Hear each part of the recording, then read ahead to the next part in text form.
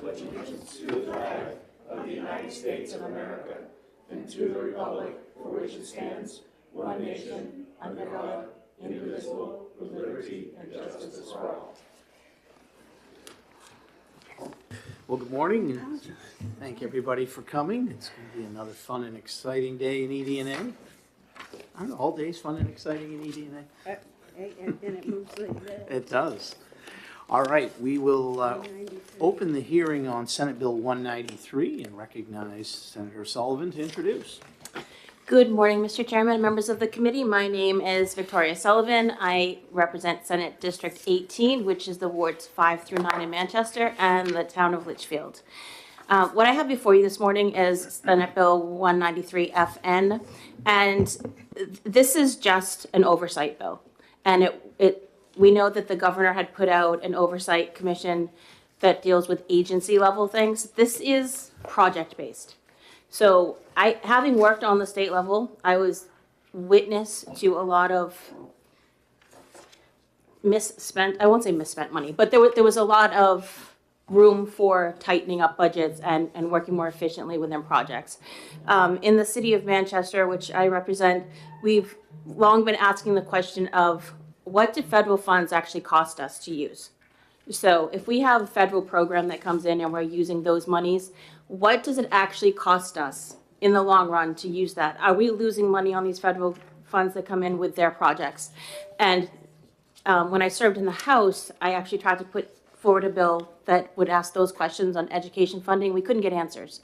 So, we're seeing a call across the country for transparency, and this bill will allow a committee to look at specific projects, break them down, decide which ones they want to focus on, and then do reports on how the money is being spent and if there's room for us to be more efficient within those. Also to show the taxpayers if these programs that we are engaged in are actually beneficial to our state or costing us more in the long run. Awesome, thank you. Do we have questions from the committee? It's clear. I'm sorry? That was very clear. Oh, very clear, okay. I wasn't, but she was. Senator Altshuler. Thank you. Are you not plugged in? I think I don't want to pull it out. All right. Great. Thank you, Mr. Chair. Thank you, Mr. Chair. Good morning, Senator Good morning. Sullivan. So I read through your bill and I saw that there was a statement of program efficiency. And when you were putting this together, because obviously it had been filed sometime in the early winter, what programs, and I believe that you mean programs, do you feel pushed you to want to file this? So I understand it's broad in scope, but there must have been a couple of programs that were red flags for you to say, okay, if this, then does this exist somewhere else? Yes, and thank you. And actually, we're calling it scope.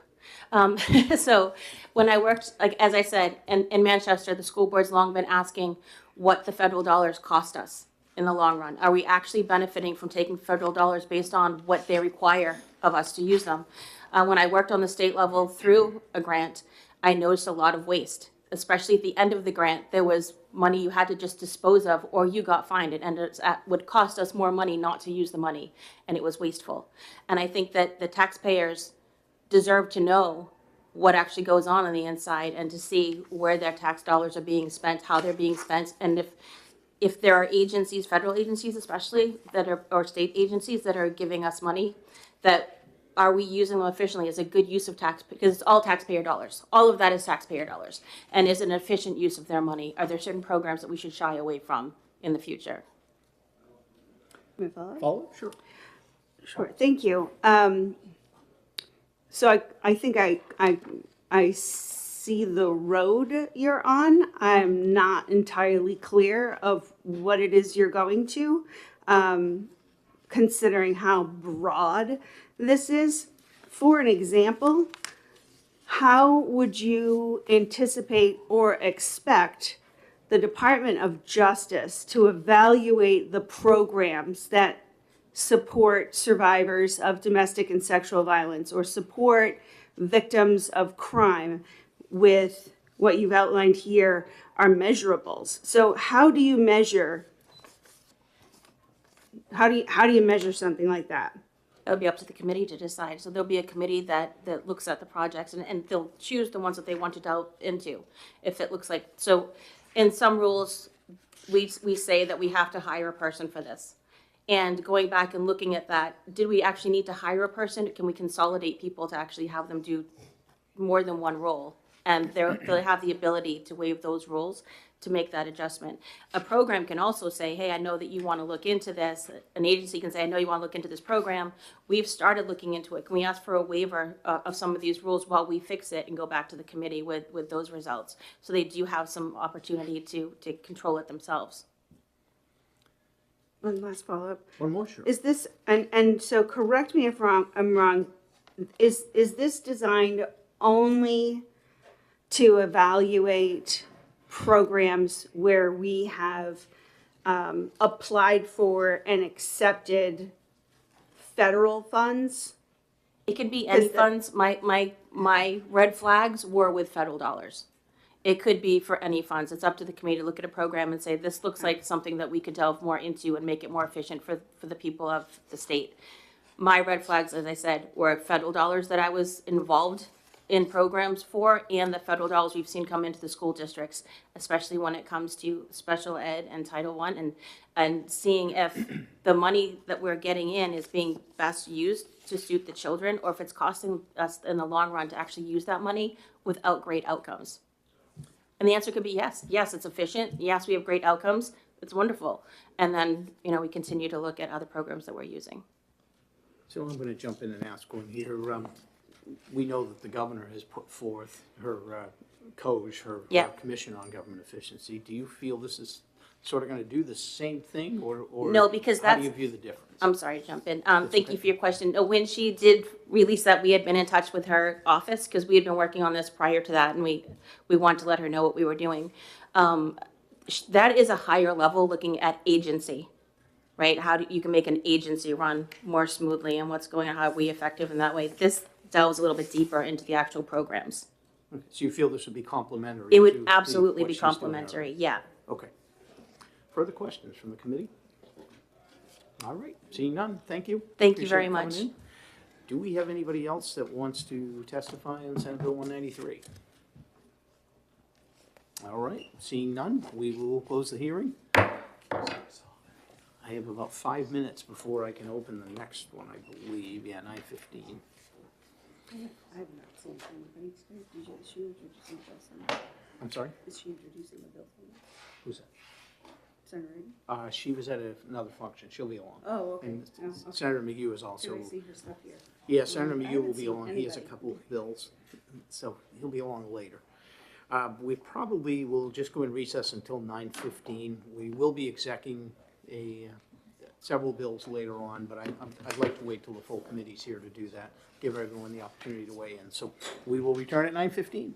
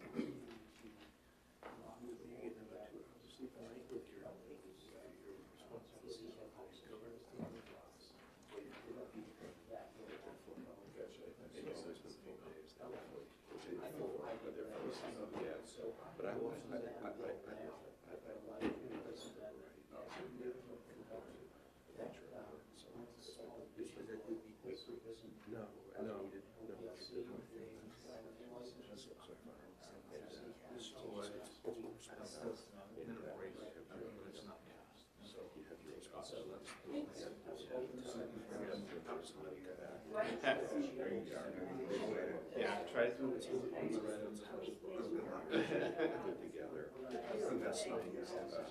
You do? Oh, yeah, yeah, yeah. He's 3 now, but he's still, yeah, I was gonna say, he's still a bucker. It still takes a few years before that. Yeah, so, does it actually look like his face, or does that feel like? I think around like 3 I mean, yeah,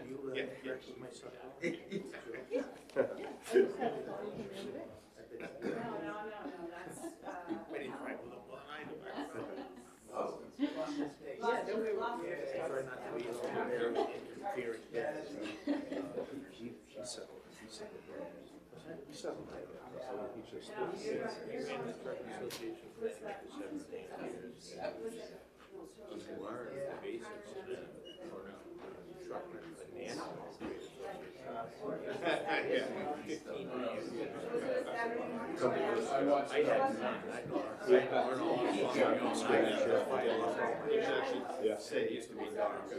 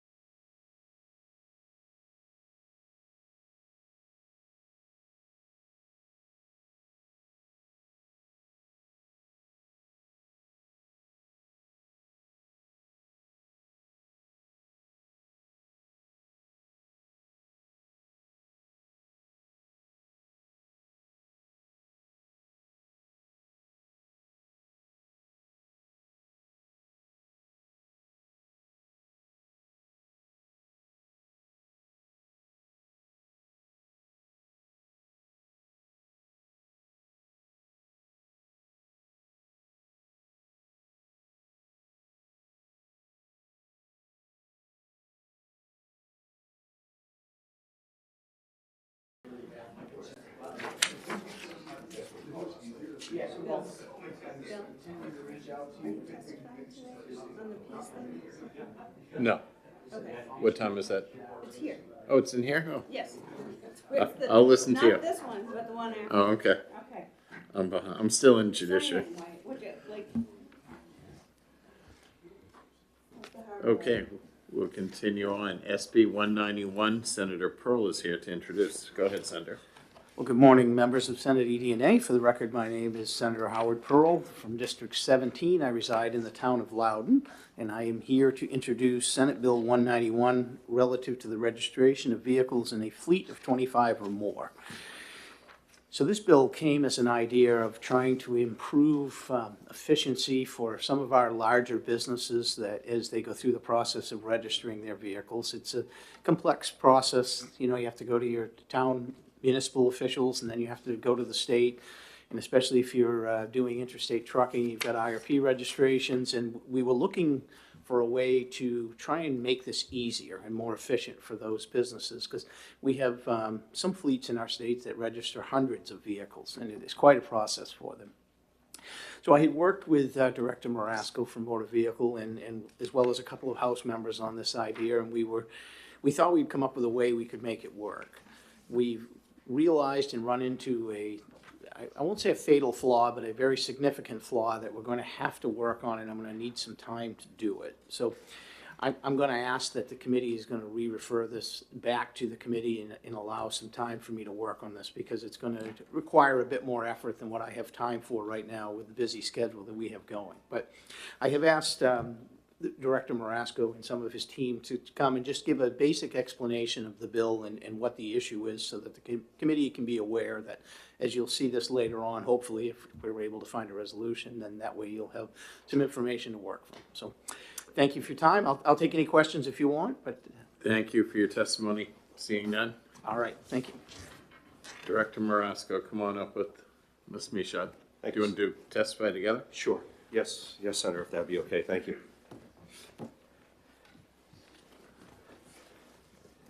Mr. Chair, members of the committee, John Marasco, Director of the DMV, here with Elizabeth Michaud, who oversees the Registration Bureau and does a fantastic job at the DMV. We'd just like to start off by thanking Senator Pearl for reaching out well in advance and asking to come into the DMV and have a meeting to talk about really how we'd like to formulate a bill to try to improve efficiency in this area with fleets of 25 or more. You know, we started talking about trailers, and even that conversation spins off into a whole host of different nuances that would have to be looked at to make the bill workable. So I want to thank the senator for not only that initial meeting, but follow-up phone calls. And I know he wants to get it just right, and we're committed to doing everything we can to help him in any way that we can. So thank you, sir.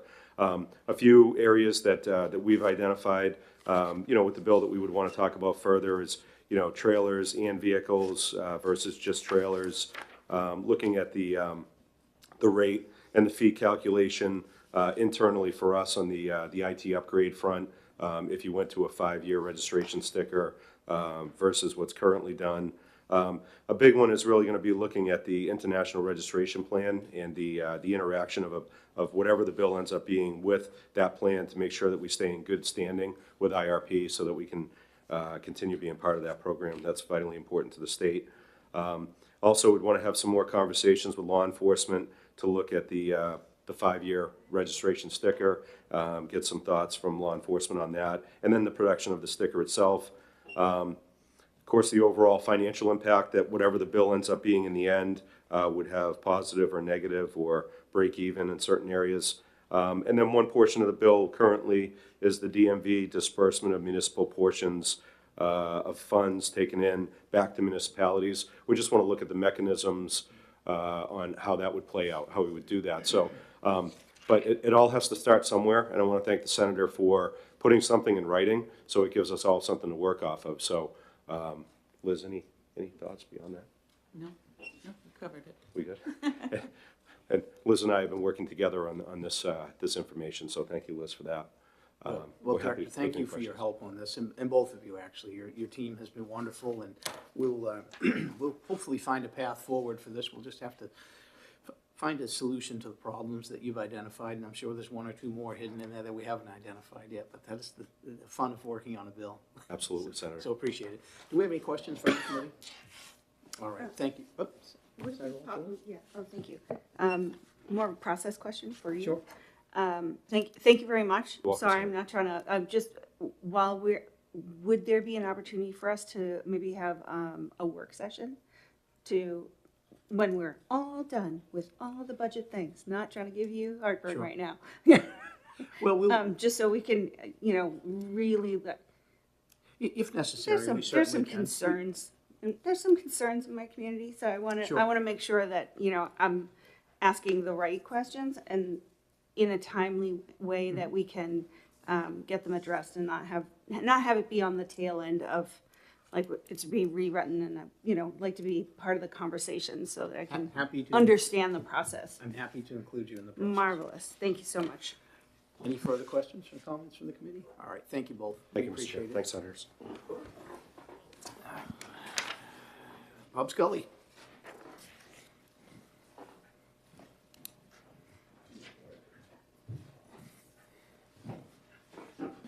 Thank you, Mr. Chairman, members of the committee. For the record, my name is Bob Scully, and I represent New Hampshire Motor Transport Association today, which is a trade association, represents over 300 companies that own trucks.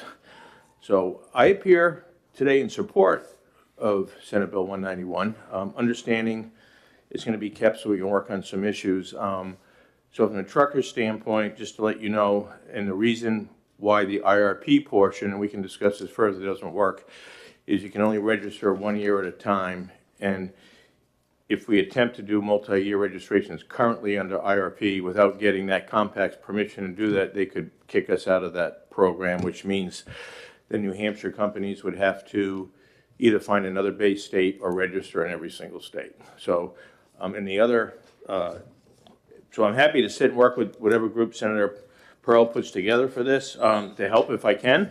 And my only other initial recommendation that I would have you look at here is I would remove that 25 number or greatly reduce it, because if you're trying to help New Hampshire trucking companies, the large majority of them are like 10 or less. So I would say you want as many to access this as possible.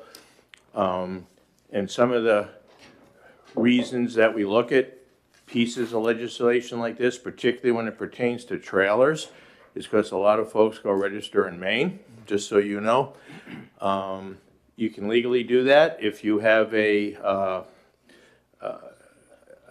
part of your company that has a base in Maine. You can legally register that wherever you want. That's what the IRP allows you to do. If you're in 50 states, you can register in any state you want. If you're only registered in New Hampshire, then you should be here. But why it's done, so you all understand, you can have a brand new trailer, okay, a bulk trailer. It could cost you well over $1,000 to register that trailer in your town in New Hampshire. It could cost you $24 to register it in Maine. So that's what we're looking at. And I called my counterpart, or my former counterpart, I don't run the association anymore up there, Brian Park, and they register fleets of over 25,000 trailers up there, just to give you an idea. So as we look at this, if we're trying to do that and raise revenue for the states and make it easier for our guys, then I would recommend that we also dig in and find out what their rates are, if in fact that's what we want to try to compete with. I'm not suggesting it is. Sorry I was so long-winded. Happy to answer any questions. Well, thank you, Bob. We do love our trucks. Yeah, if you didn't know, Sorry I have my proudly wearing my pin. That's all. Well, thanks for your input, and we'll certainly involve you and your organization as this bill moves forward, and we continue to work on it. Yeah. It's important, and we want to make this, we want to entice all of our New Hampshire Yeah. businesses to, register anything and everything they can in New Hampshire. Great. It's good for our communities, and we appreciate having them here, so thank you for coming. Thank you, Mr. Chairman. Any other questions? No. All right, seeing none. Anybody else that would like to testify on Senate Bill 191? All right, seeing none, we will close the hearing. And we have 5 more minutes again before we will be in recess until 9:30.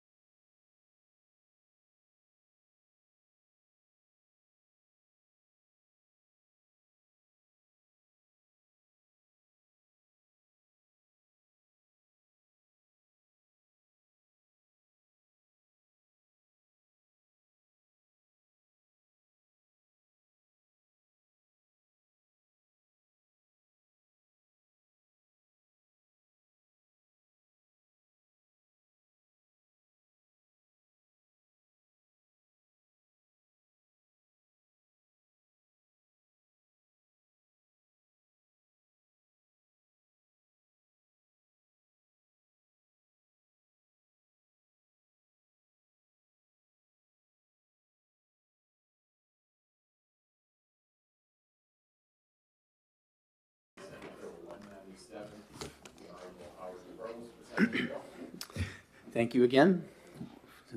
And for the record, my name is Senator Howard Pearl, representing District 17, and I reside in the town of Loudon.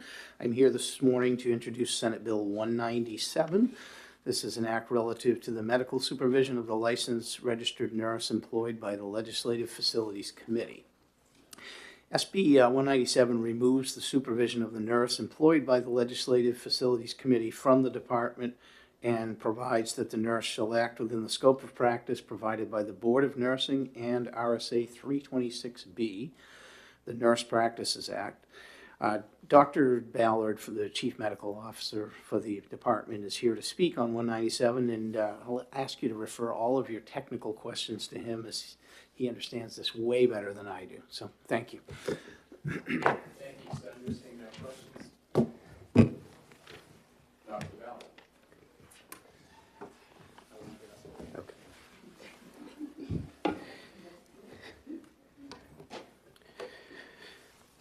Good morning, Chairman, committee members. My name is Jonathan Ballard. I work as the Chief Medical Officer at the New Hampshire Department of Health and Human Services. The department expresses gratitude to Senator Pearl for sponsoring this legislation. This legislation came about when our Commissioner Lori Weaver, observed language in the current law that directed that she shall provide medical supervision for the nurses station. So what this does is this language hasn't actually been improved or changed in over 30 years. Since 1995 was the last time. And so this bill updates the language to current, in alignment with other language within the law. It removes the direct supervision from the commissioner over the nurse's language and redirects that supervision to be that the nurse shall work within the the authority of the Nurses Practice Act. This is consistent with the practice of nursing in school nurses' offices throughout the state. We have checked with Terry Fapp, the CEO of the State House Complex, as well as Nurse Richelieu, current nurse, and they're all in alignment with this change. The language that is before this within the current law is not changed. The department shall still continue to provide support as needed to the nurses station on any topic that's required to assist its continued operations.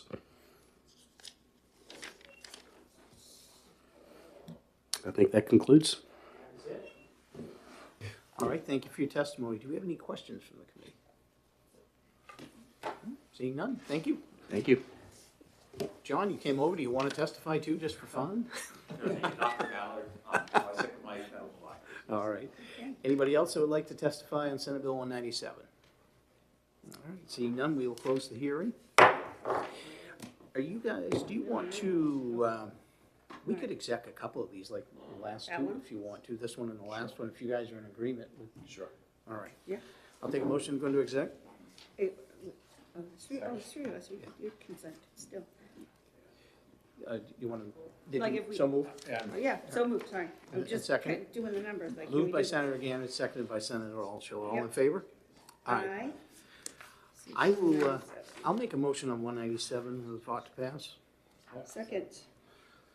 We have a motion and a second. Do we have any discussion? All right. Oh, wait a minute. Did we vote to go in? Yes. Oh, I we did just- vote. Okay, yeah. sorry. All right. Any discussion on 197? All right. All in favor? Aye. Any opposed? Move consent. So moved. Now second.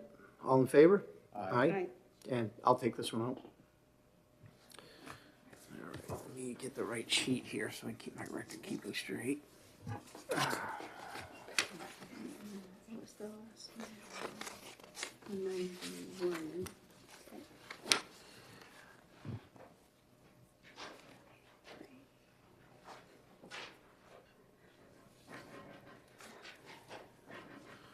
All right.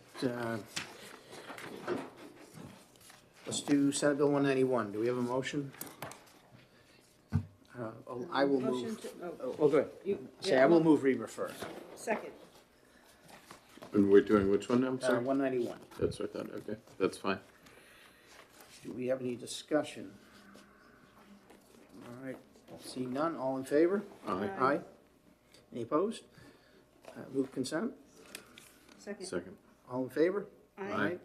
I will also take that out since it's my bill.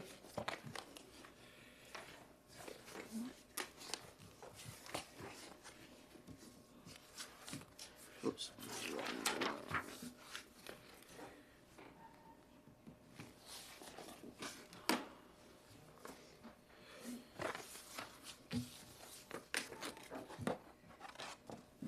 Do you want to do 193, or do you want to hold off on that? That was the first one we heard? I don't know where you're. what your Efficiency. thoughts are. That's the efficiency one. I'll hold if you want to, we'll hold till the rest of the committee's here, that's up to you. Whatever you want to do. Okay. I'm not gonna, I'm not gonna throw my body in front of a train for it. All right, Senate Bill 193, do we have a motion? On to pass. I'll second. Do we have any Oh, discussion? sorry. I'm not gonna be supporting this bill. It's duplicative of some of the issues that the governor's already put forward, and it's very, very, very vague. All right.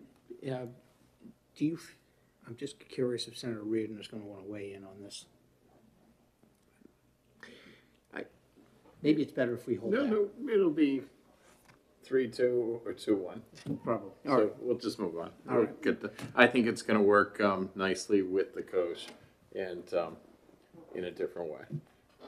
More of a fine tooth comb, the other thing's more broad. It Anyways. it seemed that in my questioning of Senator Sullivan. So, all right. All in favor of? Aye. Aye. Opposed? Nay. Are you willing to let this go on to consent? Because we Oh, can still, no. we can still do that if we want to. No, No? Okay. no. All right. And you want to take this one? Sure. All right. Senator Gainer will take that one out. That was 193.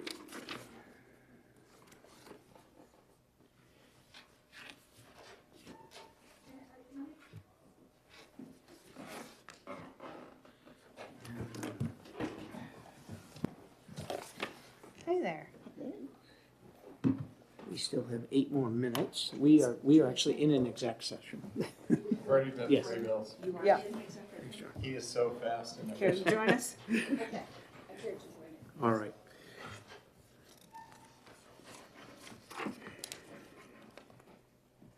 Today's the 12th. Bear with me a minute while I.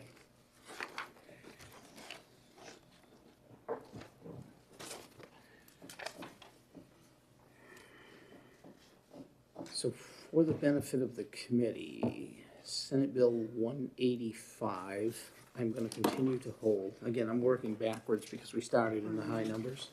185. I'm going to, still continuing to hold. There's negotiations going on with that bill. Okay. Senate Bill 95, I'm going to hold. Senator McConkey is working with, that is the summer camp bill. Senator McConkey is working with the summer camps and with the fire marshal, and they're almost there, but they just didn't quite have their language finished. And I see D is here, Director Jury, excuse me. And we have about 5 more minutes. We can probably do this other bill. You have an amendment in front of you, Senate Bill 93. So a situation arose last week within OPLC, and Director Jurius reached out to me regarding a problem with LNA licensure. And so I've asked her to come in and discuss briefly what the situation is, and then I have an amendment to propose to hopefully resolve it. So, Director, I will refer to you. Thank you so much. Senate Bill 93. 93. That is the amendment on your desk. Yeah. Oh, okay. It's a replace all. Ah, okay. So, Director? Replace Okay. all. Thank you so much for having me. Just for the record, Executive Director OPLC, Deanna Juris. So I had reached out to Senator Pearl with some concerns about, there was a longstanding practice of licensure for LNAs for students who are enrolled in either an LPN or an RN program, so a full nursing program. As they matriculate through the program, there was a practice where if they've completed what is kind of called a fundamentals of nursing course, basically their first year of school, and completed that, they would be eligible to sit for the LNA exam and then become a licensed LNA and work while they were continuing through school in the nursing field. That practice, as there was a review of statutes and rules to say that this longstanding rule had existed with tenuous or limited statutory authority, I guess is how I will say it. The rules have been standing, the practice had been ongoing, and it revealed, ooh, we're not seeing in the statute where this kind of carve out or pathway is permitted. And so there were a few things that had moved back and forth, and this came to my attention to say, we really need to look at something in the statute to allow this practice to continue. I currently have applicants that are in the queue that I would have to deny presently because they don't meet the qualifications. Some of those people have job offers. Hospitals are counting on them coming in for shifts. And so I don't like to come with crisis situations. That's never my preference, but wanted to look at being able to move this as quickly as possible. So the language in front of you, the senator and I are on the same page, Senator Pearl and I are on the same page, includes in the 326B19, talking about applicants for an initial LNA licensure. So it would say, submit documentation of successful completion and certification from a board-approved nursing assistant education program. That's existing language. So that's the LNA program you go through, nothing changes. Or submit documentation of successful completion of the fundamentals of nursing curriculum or its equivalent, just to say if they don't call it fundamentals of nursing, it could still be encompassed, from a board-approved nursing education program. So the RN LPN programs are already being approved for the nursing education, so it would be just creating that additional pathway. So that's the change there. In the meantime, while the statute is changing, I did some flips and spent the weekend figuring out a few, another interesting pathway within statutes and rules as a bridge. So some schools are pursuing that now through the existing rule process, but it involves different departments and lots of extra paperwork. So some of them have chosen to do that in service of their students, which I'm appreciative of. But the hope would be that this language could go through and then they don't have to do that extra paperwork going forward, that those approvals that I'm looking at as a short-time bridge solution. So this is the request before you. Thank you. Do we have any questions from the committee? Senator Reardon. Thank you, Mr. Chair. Thank you for taking my question. And there's no other step beyond the completion of the fundamentals or the submitting of documentation. There's no practicum. There's no other step before they're licensed to work as an LNA. Just the examination. So that would be, yeah, so the 3 steps are right there, but it would be either completion of the board-approved assistant education program or essentially the first year of an approved nursing education program. And they're actually working and follow-up, working as an LNA prior to the completion of that, or these hospitals have hired them as an LNA? So the idea would be if someone has completed this fundamentals of nursing course, say they're anticipated to finish in December, the practice had been they would sit for the exam, but many of them would have job offers on the table for January, February to start. Say, hey, you're going to take your test and then you're coming in. So that, yes, that's what we're looking at. Okay, thank you. Thank you. Any further questions? So for the benefit of the committee, this amendment that I'm going to offer to Senate Bill 93 is a replace all, because the previous bill, the prime sponsor had asked me to ITL it as it wasn't necessary, as it was duplicative of some things that are already going on in the governor's office, so it wasn't felt that it was necessary. And so the timing was perfect, and so I've spoken with Senator Carson about, being an amendment to the bill, and she has agreed that it will be okay to go through, and it will go to the floor next week. And then I Director Jurius and I will work on getting it to the House as quickly as we can and getting it through there as well. And the governor is also aware of the situation, and so hopefully we can move this, fast track this pretty quickly and get this licensure back in place so these LNA students can become practicing LNAs, because they are desperately needed. Yes. Would you indulge me just while we're in public, just to say, I just want to say really clearly, this does not affect applicants for LPN, RN, APRN licenses. They're not affected at all by this potential change or deficit presently. And it also does not affect an LNA who is in an LNA program specifically. There's no change to that, no holdup here at all. So I want to make sure that that's really clear. It's just the very specific segment here, which it's crucial, it's very important, but I want everybody to hear, if you're in an LNA program, that you're not impacted by this, and there's no delay there. Thank you, Director. Do we have any further questions for the Director? All right, seeing none. So I'm going to move on to pass on Senate Bill 93. And then I'm going to offer Amendment 2025-0372S. Do I have a second on that? Second. All right. And as we've heard, this is a complete replacement of what the original bill was, and this will take care of the issue that has arisen with the LNA licensure as it regards the first-year RN students.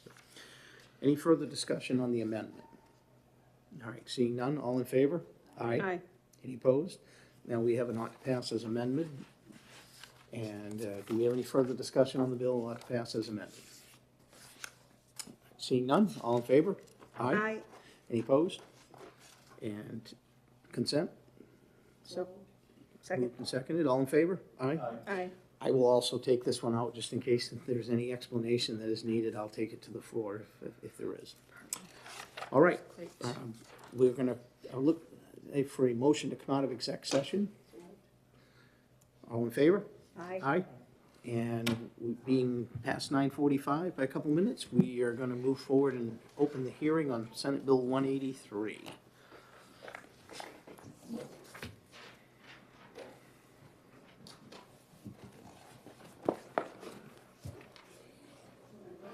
Thank you. Oh, yes.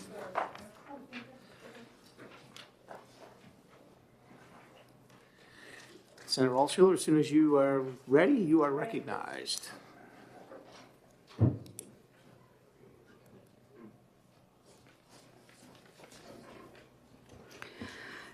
Good morning.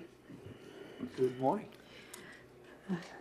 Thank you, Chairman Pearl, for the opportunity. My name, for the record, is Deborah Altshuler. I am the state senator for District 24, the towns of Greenland, Rye, Exeter, Stratham, Hampton, Hampton Falls, and Northampton. And today I bring forward Senate Bill 183 relative to the membership of the Pease Development Authority Board of Directors. Pease Development Authority develops, maintains, and manages a variety of New Hampshire enterprises and entities, including Portsmouth International Airport at Pease, the New Hampshire Division of Ports and Harbors, Skyhaven Airport, Pease Golf, and the Pease International Trade Port. Representation matters. And in 2019, the legislature added a seat to represent the town of Greenland, which abuts the Pease International Trade Port. This committee saw the wisdom of bringing a town that unanimous committee recommendations from both the Senate and House and passages on voice votes in both houses brought the voices of the 4,107 people of Greenland to the table. Today, we ask the same for the 5,605 residents of Rye and the 16,424 residents of Hampton, as they deserve the same representation with respect to the Division of Ports and Harbors.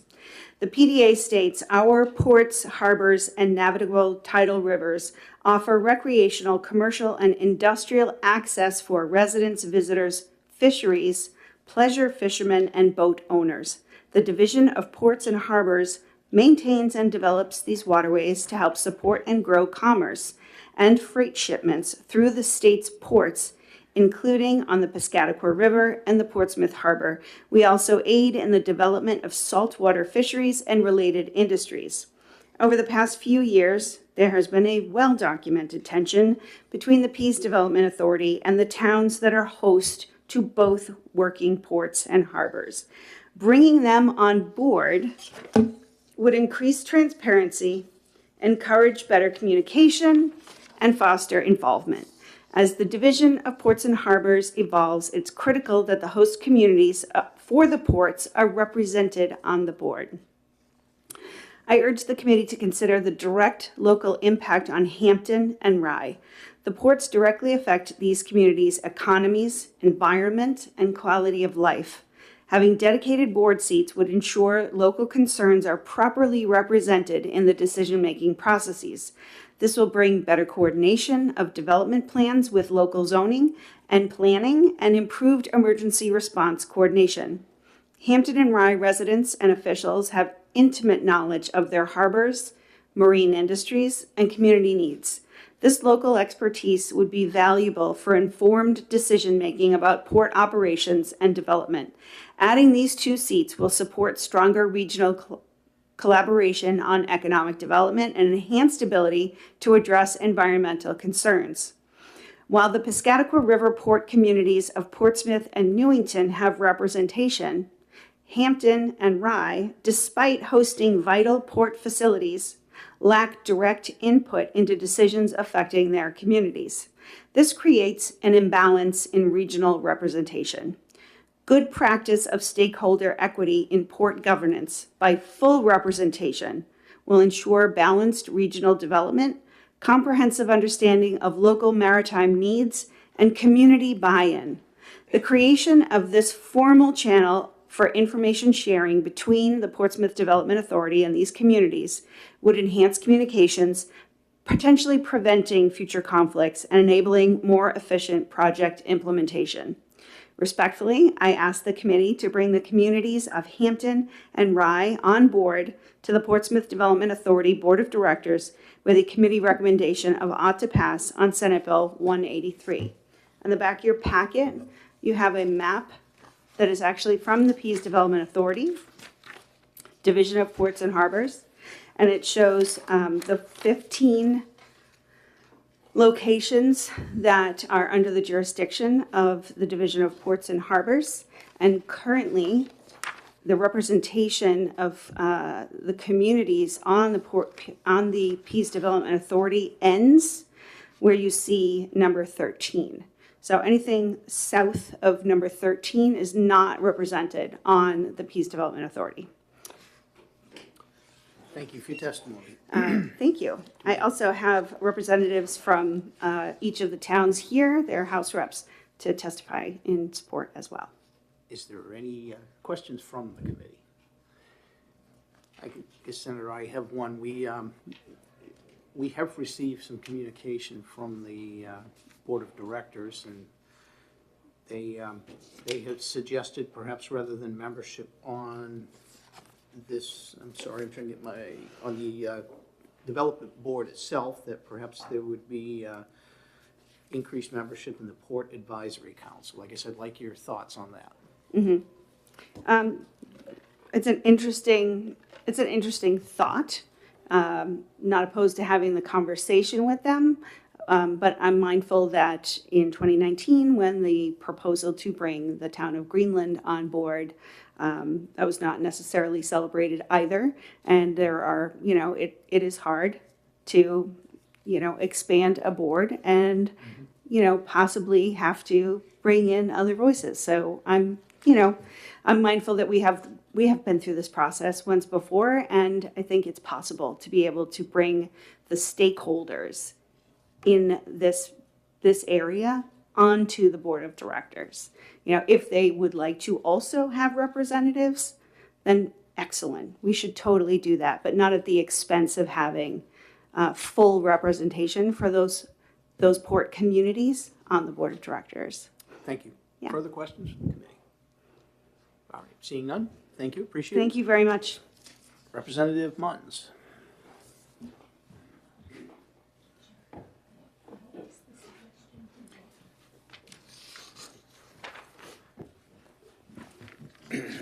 Good morning and welcome. Thank you, Mr. Chairman and members of the committee.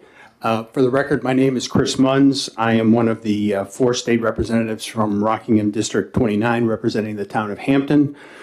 On behalf of the citizens and town officials of Hampton, I'd like to thank Senators Altshuler and Gannon and my fellow representatives from Rye for their sponsorship of this bill. RSA 12G43 directs the Division of Ports and Harbors to, among other things, plan for the maintenance and development of ports and state tidal waters from the head of navigation to the seaward limits within the jurisdiction of the state.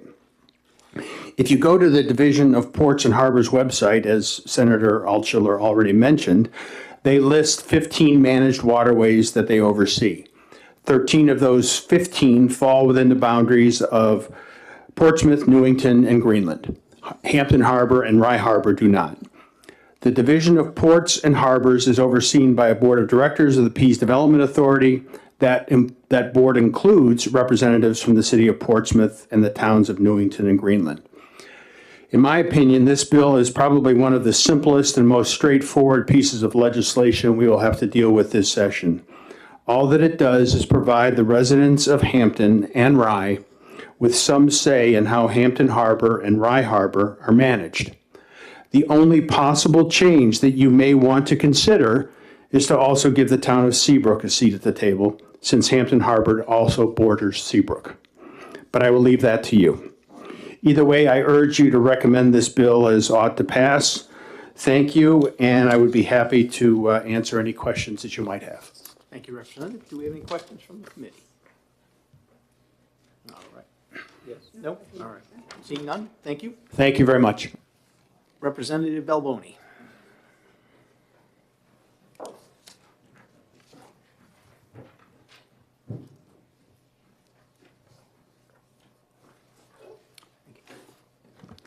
Thank you, Mr. Chair and honorable members of the Senate Executive Departments and Administrative Committee.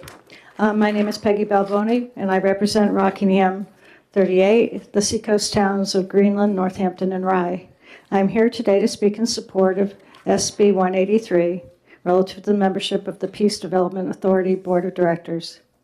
I'm lucky to have lived in Rye, just around the bend of Rye Harbor, for over 30 years. We frequently stop by the harbor businesses for fresh cash off the boat, and all 4 of my children enjoyed the annual whale watch school trip. The harbor, like the local state beaches and parks, is part of the Rye community. Over the years, I never gave much thought to who owned and ran the small businesses. They were always there, and I appreciated the simplicity and beauty of our small working harbor. When I was elected as a representative in 2022, I quickly became schooled as to the role of the Peace Development Authority and the impact of its decisions on our town. Rye is on the approach flight path for aircraft descending into the Peace International Airport, and the PDA manages all enterprises at Rye Harbor. Any decisions involving airport expansion or changes to the harbor infrastructure and management directly affect the Rye community. Yet, we have no direct representation on the PDA.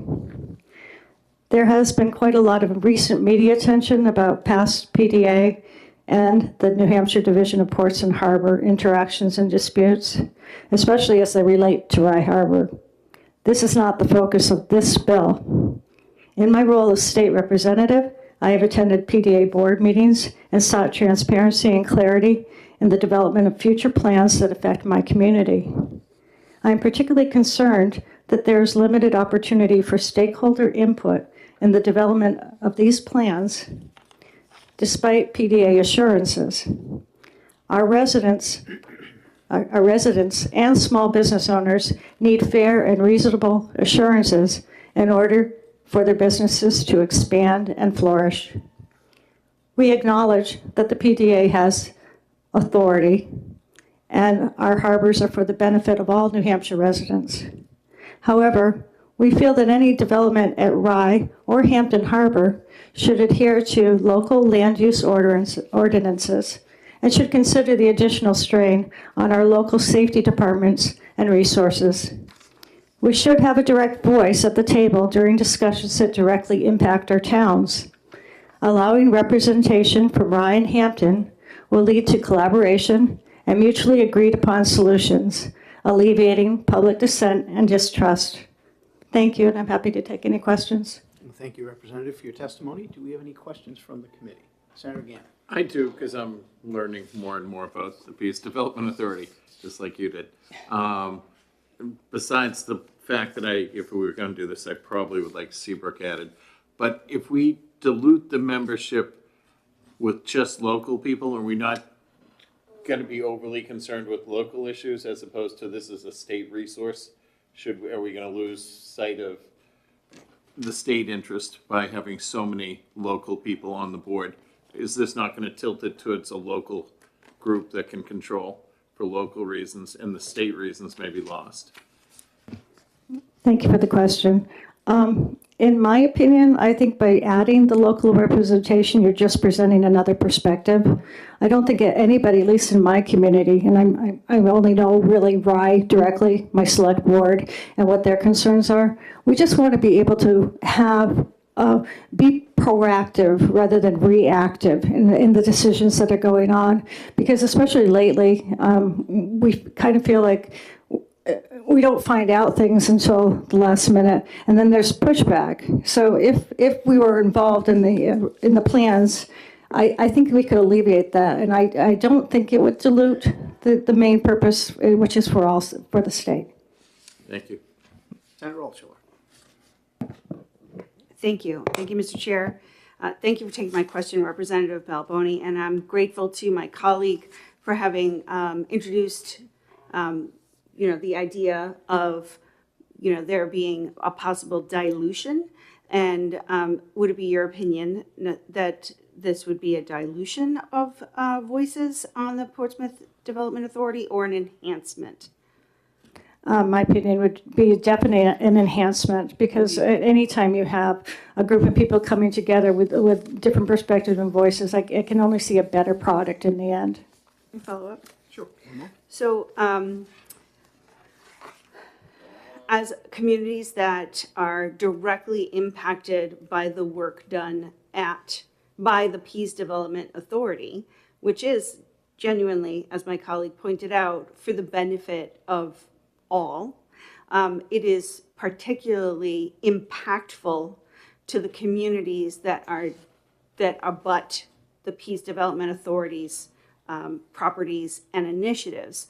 And I believe that you may have had a similar experience to me, so I'd love for you to tell your experience in that when working, when finding out about projects that the Peace Development Authority is initiating in the Division of Ports and Harbors, or in spaces where it would directly impact the towns of Rye and Hampton, there had been promises of working with local planning boards, municipal authorities, boards of select boards, and then there wasn't follow through on that. And so it required a level of vigilance that did not foster good working relationships, because we were told that you'll be invited to the table to give your opinion because we understand it'll impact your community, but then things were done anyway. And in my experience in reaching out to the Portsmouth Development Authority in writing, I was not only rebuffed, but ignored. My communications were left unanswered and casually mentioned in a comment section of the meeting. I've subsequently found out that there's communication from the PDA to members of this committee, and I have not received that communication. So I think that might highlight some of the experiences that you also may have had as a member of a community that abuts the PDA. Could you elaborate on your experiences? Thank you, Senator Altshuler, and I agree with you completely. I think that what's happened is that a lot of these decisions have been made without the consultation of the businesses directly impacted, whether they be at Hampton or whether they be in Rye. And we all want a plan that's equitable and fair for all the businesses. It shouldn't be different in Hampton. It shouldn't be different in Rye for one business or the other. But unfortunately, it's very, very difficult to get information. And although I've been to these meetings and I have requested to be involved in whatever, is going on before you get to the next meeting. For example, the last meeting I went to was at the beginning of January. There isn't another meeting until March.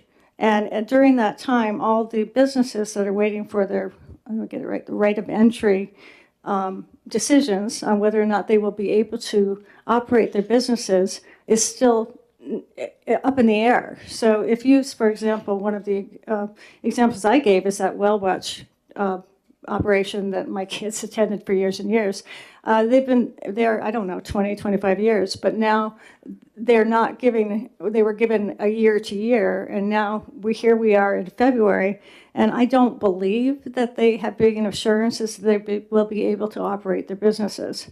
So these are examples of how they directly affect our community and our town. And I just wish that there was a way to get that information in advance so that our businesses aren't getting stressed out and having to send out emails at the last minute and say, oh, you've got to come to the next PDA meeting to be heard.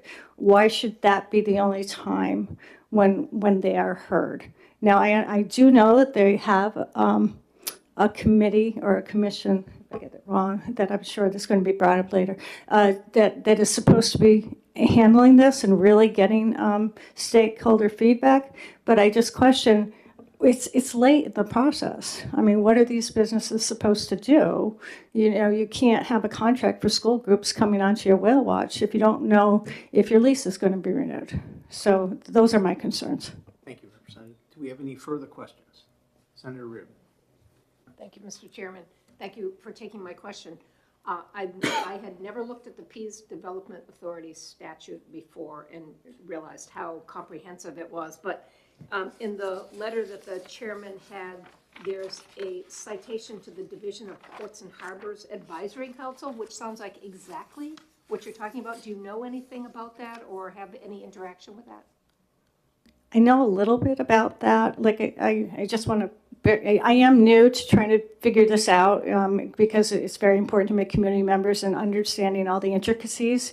As you pointed out, it's very difficult. I know that there is an advisory group. I don't think there is direct representation for either Hampton or Rye on that group. I know there are people that represent the fishermen, perhaps, or, there are names on there, and I know those people also come and speak at the meetings, but I do believe that even they have said that there is a problem with communication between the Harbor Division and the PDA itself. Thank you. I'm reading from the creation, the enabling statute here, and it says 2 of said appointed members shall be residents of the cities and towns of the Seacoast region or state tidal waters that are not represented on the board. So when I read that, I was thinking, it looks like this was created in response to your exact question that you're asking now. But I'm not sure we can solve a communication issue, but is this maybe a possibility that representation on this board specific to the towns would work? I would be in favor of anything that would actually help us move forward. Ideally, having a formal place at the table when these decisions are being made would be the best solution, but any step forward in the right direction I would be in support of. Thank you. Any further questions? All right, seeing none, thank you. We appreciate it. Thank you. Is it Mr. Breen? Is that correctly? So you signed up, but I have no boxes checked. Correct. I was not going to speak, but... Would you like to? All right, come on up. Just turn on your mic and please introduce yourself. Thank you, Senator. I'm Paul Breen. I'm the Executive Director of the Pease Development Authority. I'm not opposed or in favor of this bill, but I do want to provide any insight if the committee has any questions specifically on 12G, on what the Pease Development Authority board makeup is currently, and both the Port Advisory Committee and also the Skyhaven.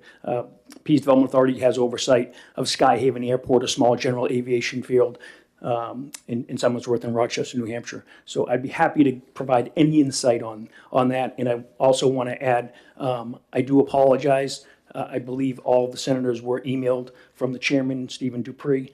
I do have physical hard copies that I can certainly leave, and get If you everyone a have them, copy. sure. I was having copies made of the one that I had. Thank you. I also We'll, assumed the we'll, full committee we'll, had we'll received save some funds for the, All right. for Send it really to Kevin, yeah. So why don't you talk about the Port Advisory Committee just a little bit, since that's been brought up, and I'm not sure that, at least some of us aren't familiar with what it is. Yeah, so under 12G, when the Division of Ports and Harbors was transferred from DRED to the Peace Development Authority, it enabled the Port Advisory Committee, specifically that those are 8 members.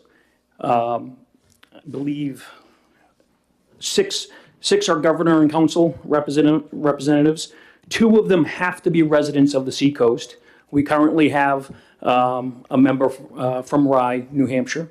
And then 2 have to be appointed from either the Bureau of Economic Development or the City of Portsmouth mayor directly. That runs parallel with the Skyhaven Advisory Committee, which is a smaller committee, but actually same philosophy, that there's local input on an advisory capacity. The Port Advisory Council meets almost just about monthly, and they're in an advisory capacity to the full PDA board. And I will just advise that current vice chair of the Peace Development Authority Board is a Rye resident. And the PDA board makeup, directly from the enabling body of 12G, was really to protect that state, regional, and global infrastructure that has an economic impact on the Department of Defense and so many businesses associated with the trade port and the commercial airport. So from my understanding, would the Port Authority Committee be more of a, they dig into the weeds of the issues that directly deal with the ports themselves more than all of the stuff that the PDA deals with? Exactly. It Okay. specifically calls Make sure out I understood. representatives from the maritime and different varieties of maritime industry, but basically takes specialized individuals in the community with a maritime interest to provide an advisory capacity. Senator, excuse me, Senator Altshuler. Thank you, Mr. Chair. Thank you so much for coming to Concord. Very welcome. It's nice to hear from someone from the authority. I want to clarify, because you made a statement, and just so we're clear, that there is a member on the Development Authority who resides in Rye. But he does not represent the town of Rye. He happens to live in Rye. Correct. Right, and if we're and if we're gonna travel all the way down that road, in spite of him being a representative on the board and a resident of Rye, he didn't take any particularly transparent actions or any initiatives to include the planning board, the Board of Selectmen, or any of the businesses that were in Rye Harbor when there were initiatives to make changes at Rye Harbor. And as a matter of fact, edged people out. So his representation on the Peace Development Authority is not in service to the people of Rye. That is not his role. He just happens to live in Rye, correct? He resides in Rye, Right. and I would say that the point of 12G allows a broad level of appointees to represent various communities, and they're at the behest of the governor and council, the Senate president, the Speaker of the House, to appoint people that are associated with what happens at all the facilities. Thank you. Further questions? Senator Reed. Thank you. So I am noting Senator Altshuler's comment about the Peace Development Authority. Did you say the Advisory Council also has a Rye resident on it? They currently do have a Rye resident on the board. I'm reading them, follow-up. I'm reading the makeup of this and acknowledging again, it's the governor and council that are appointing these. Is there any reason to make this a little bit more local resident-centric, this committee, by maybe amending this to say one will be a resident of Rye, one will be a resident of Hampton, and possibly it not being governor and council, it being the local select board or whoever making the appointee. At a staff level, I wouldn't opine on the makeup of the board. Okay, thank you. Senator, for my own clarification, were you referring to the advisory council? Okay, all right. I thought so, but I wanted to be clear. All right. Do we have any further questions from the committee? All right, well, thank you for coming in Thank and you, Senator. testifying today. Absolutely. Appreciate it. Do we have anybody else that would like to testify on Senate Bill 183? I think that was him signing up. All right, seeing none, I will close the hearing. I'm going to give us about a 5-minute break here before we go into exec session again. I'm hopeful that Senator McGue will also be able to attend here soon. You're fine. All right, so it is, we did. We're gonna go into recess until 10:25, and then we will be back. So. Let me catch you up on.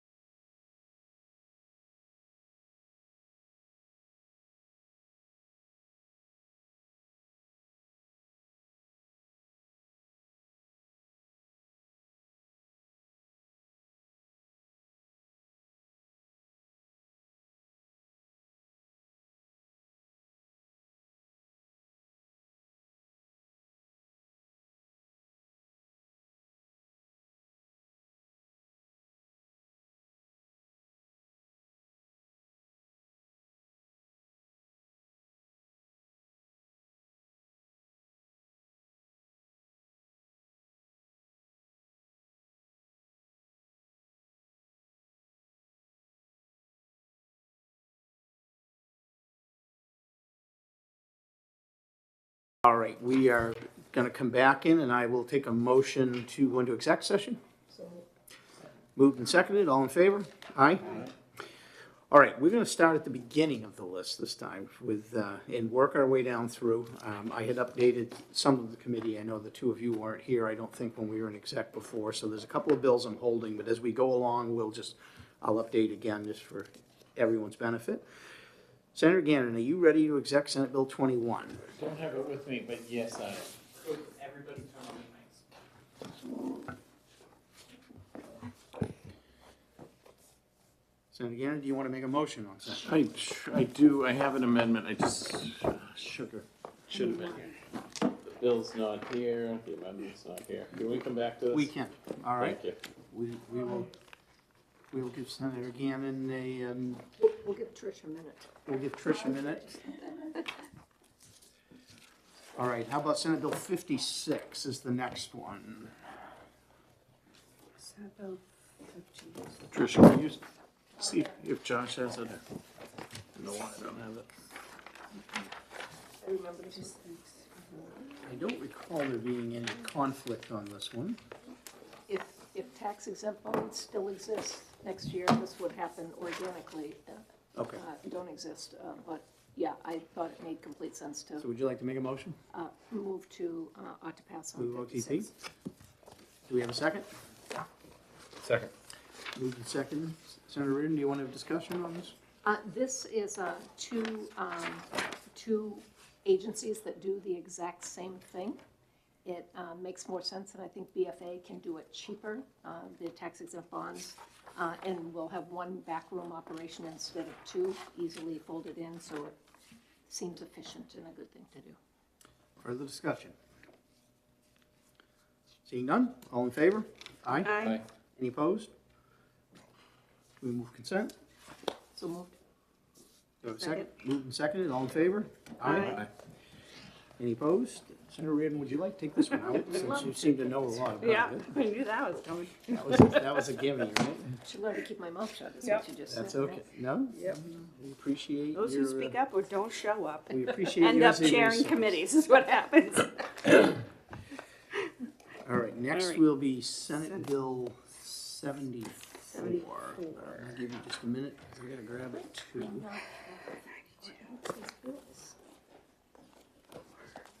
I am gonna move on to pass on this bill. Do we have a second? Second. Moved and seconded. I have had significant discussion with the governor's office and with DES and others that have originally came in opposition or with concerns, maybe not opposition, but came in with concerns. And the consensus we've all come to is we're gonna move the bill forward as it is, and they believe they can comply. And I guess if they change their mind when it goes to the House, they can go have that discussion with them and with the governor's office. But as I understand right now, we're gonna move this bill forward, so I'd like to have the committee support in doing that. Do we have further discussion? Seeing none, all in favor? Aye. Aye. Any opposed? Move consent? So moved. Second? Yep. Moved and seconded, all in favor? Aye. And You I can will say so. take this one out since it's mine. Yes, take one. There's 21. Okay. Go back to that.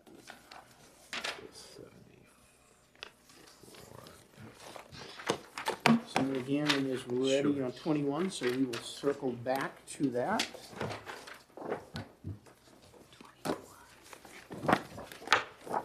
Senator Gannon, would you like to make a motion? Should I move the bill first? Yeah, and move the then- bill first. Yep. Motion to ought to pass on SB 21. Do we have a second? Second. And Senator Gannon, you want Sure. to move S- 0021? Yep, Amendment? it did come up with an amendment, but we'll talk about that in a minute. Oh, my apologies, they got stopped at me, and, did you get one?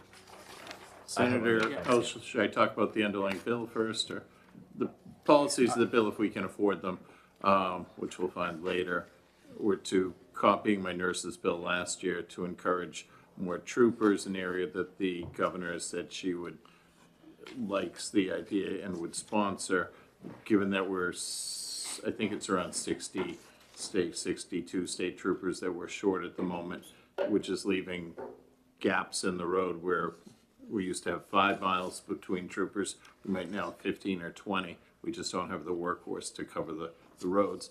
That makes the roads less safe. Response time is slower to accidents, which could result in fatalities or other problems. So we want to encourage more troopers, more people to get into the field. I did come up with an amendment. Senator Altschuler had seen some areas that needed to be worked on, making sure so that we're looking to encourage people for recruitment. So we want them to stay longer. So we made sure it was clear that you had to be on the job for a year. It wouldn't go towards the interest. It would only go towards the principal. I can't remember if there was anything else that she wanted, but I think we included it in the amendment. So the idea is to, encourage more people to go into being a state trooper. It's a critical area. I originally wanted to include the police. It just was going to be too big a bill this year, seeing the money we're going to have to spend, and that probably would have put it in the not going to happen side. So where the troopers do appear to be more the emergency, the governor's pointed them out as being a critical need, more so than your local neighborhood police officer.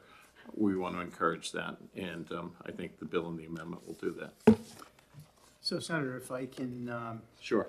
make a couple of comments. We had talked about on line 6 of your amendment, removing the words tax-free, because we can't guarantee it's tax-free. So would you be amenable to amending your amendment to remove the words tax-free? Yes. And the second one would be on line 7, changing the first 5 years to the first 4 years, so the math works. Sure. Well, the wait. first year you're getting nothing, you're applying at the end of a year. So is it? Okay, maybe Yeah, I'm not if I reading. may, can I ask, just, so a clarifying question, which may end up clarifying yours too. Okay.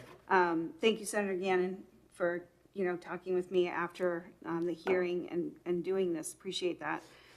Is it understood or on line 5 that no later than 30 days after their anniversary of employment is it more clarifying to put the words first year anniversary, or is that an understood, legal term that I'm not familiar with? After the first. Because that's what we talked about, is that, and that's what you just said, is that after you've been on the job 1 year, you are then eligible within that first month after your first year of applying for the program, and you may receive $10,000 for every year after, for 4 years. I think the way after you're your first saying it year. right now is much more clear than the way it got. Okay, so You- the intention is still the The same, so. intent was the First same. year, you, I forget which who I was, think then and it clarifies just didn't get yours. written up again exactly the way we All right. wanted. Yeah, the 5 years, I guess, can work. I understand where you're going. Yeah, it doesn't kick in until you've Yeah, yeah. completed 1 year of So employment. you'd have to be there 5 years in order to have your Get- 4 anniversaries. Yes. To be, yeah, to Yes. to I max probably out the wouldn't have, benefit, I you'd wouldn't have have to be written it there up 5 this years. way if I had been Yeah. the lawyer, but So would it be possible to add in line 5, after the word there, the words first year? sure. Okay. And then does that make your question clearer? Senator? It's fine. It'll work. Because he does have a Well, I maximum. don't want it to be No, it's fine. confusing and then, it has to get pulled around within the House. So Kevin, this is gonna be a committee amendment. So using the base of Amendment 21, on line 5, after the words there, we're gonna add first year. And then we're gonna remove on line 6, the words tax-free. Is that correct, Senator Gannon? Yes. Okay. Everyone, Senator Yeah, Cleary? can I make one comment about Sure the thing. tax-free? I appreciate removing that because, again, we don't have the authority to say Agreed. something's tax-free. Sure. I think we do have to note, and maybe this is part of what we say to the state police personnel office that's doing payroll for them. This is a taxable event for a trooper. It is taxable. They're gonna get $10,000 extra in income. Sure. And that's gonna be a surprise for them the next spring when no taxes have been taken out of that. So I know we mean tax-free, we can't say that there's no federal income tax on that, we can't speak for that. But somebody, not necessarily in the bill, has gotta warn them that they could owe money. Well, by removing it, it removes any potential interpretation for a gross-up obligation, which is important, because that completely changes the obligation. Right. So we have to remove that.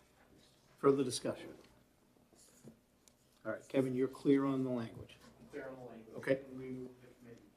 Yeah, we're gonna move the committee amendment. So Senator Gainer, do you want to move the committee amendment? Yep. All right. Do we have a second? Second. Moved and seconded. Just further discussion on the committee amendment. All in favor? Aye. Aye. Any opposed? All right, Senator Gannon's moving on to pass as amended on Senate Bill 21 using the committee amendment, and I don't recall who seconded. I did. Senator Altshuler seconded. Further discussion on the bill as amended. So we did hear testimony, I think, from some law enforcement who were actually opposed to this bill. I think it was the Pelham police chief. It was the folks that weren't getting this benefit. Yes, Correct. it was the It- folks it that was- cut out. Yeah, it was those folks. So the challenge is justifying, this law enforcement brother against other law enforcement, who gets it, who doesn't. And so we're making a priority statement here that Yep. this is the more urgent need. Yes. So as long as the committee is comfortable doing that, I'm comfortable doing that, but I've already had the answer for it. But as a bipartisan committee statement, that's ultimately will be made, I think, in finance in the context of everything else. Sure. Senator Reagan? And, thank you. And in fact, we have the ability to do that with a state-employed agency. If the town of Pelham chooses to do that, their select board could do that to be a retention tool for theirs. They could take the same action. What an excellent point, yeah. So thanks, Senator Reid, for pointing that out. It's an excellent point. So additionally, I will point out, this bill is going to finance, that we are passing the policy of this. There's a very high probability this will be passed and tabled along with almost every other bill of its like. So whether it will ever get funded or not will remain to be seen. But we're taking a position as a policy committee that this would be a good idea. Further discussion? Seeing none, all in favor? Aye. Any opposed? Move consent? We have a second? Second. All in favor of consent? Aye. Aye. Senator Gannon, I think we'll let you take this Sure. one out. Thank you.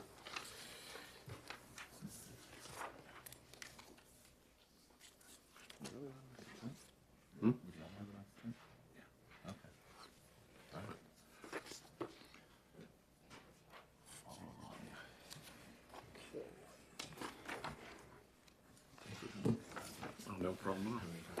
You're fed. No, you didn't email those. 92, I believe it's our next bill in order, unless I'm missing something. Kevin, if I miss one, please throw something at me.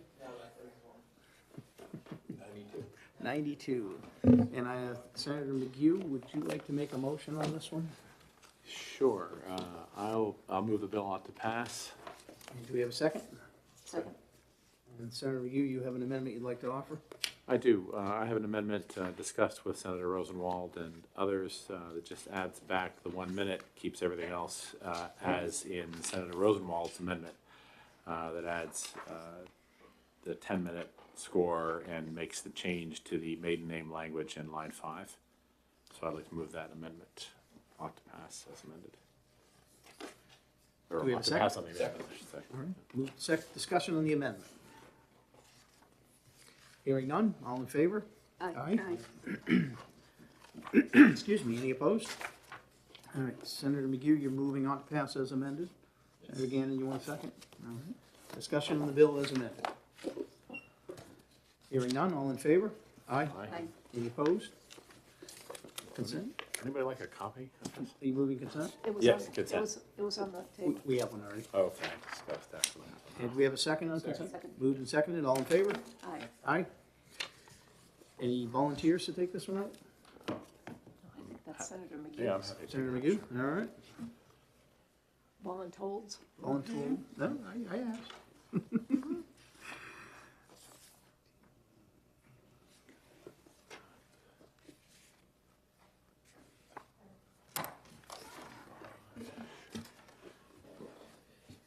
Next would be 94. Do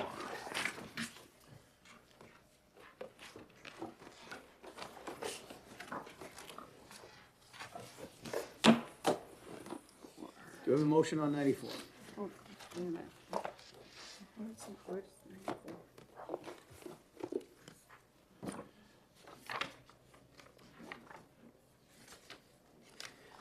For purpose of discussion, I will move out to pass. Do we have a second? Second. Hold on just a moment here. Bear with me 1 minute. I have a note about a Phil Sherman amendment on this. In Senator McConkey's testimony, he said an amendment was being drafted.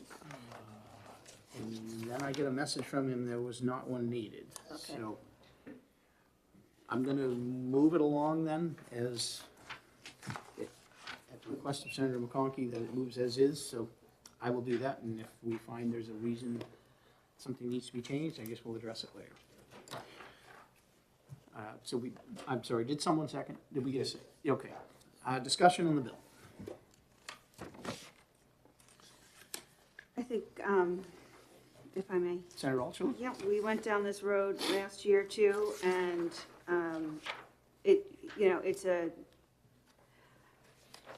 it's a potential usurpation of local control.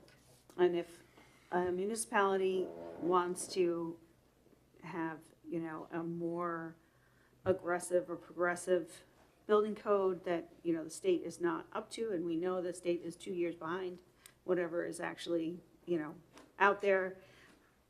It's an overreach for the state to tell a town what they can and can't do. What their planning board and master plan and select board and town council and town meeting can and can't do. So I think it's an overreach. So for those reasons, I can't support it. Further discussion? Senator Reardon? I think we're in the middle of a housing crisis. And if there's anything that we hear from developers and builders who are trying to advance development in the state of New Hampshire is that the lack of inconsistencies between building codes, and we're talking about the basic state building codes and fire codes here, prevents them in a lot of cases from either working in that town at all or delays in getting up to speed when a building inspector tells them that this is how they do it in whatever town that's there. If we really are sincere about moving the needle and increasing development in the state of New Hampshire and solving our housing crisis, I think these big, bold moves are necessary to do that. Well, I will say that I am certainly a proponent of local control, and I've always worked hard to maintain that. However, I have found there are times where we have to have a state policy because it is in the best interest of the state overall. We've run into this in the field of agriculture on many occasions, dealing with, seed guidelines and things of that nature.